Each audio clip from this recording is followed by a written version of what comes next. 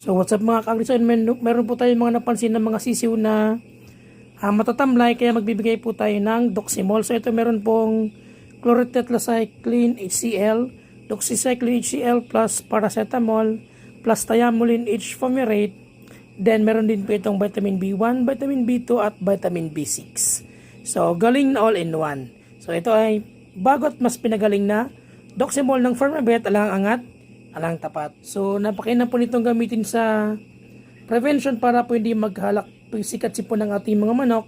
Kaya nagbibigay pa ako dahil na rin sa ulan at init dito ngayon sa Camarines Resort. So pwede po magkasakit yung ating mga sisiw at mga manok, kaya magbibigay pa ako ng Doximol bilang prevention. In Bowie, where the sun shines bright, fields of green, a pure delight, pasture raised on land they roam, free-range chickens calling home.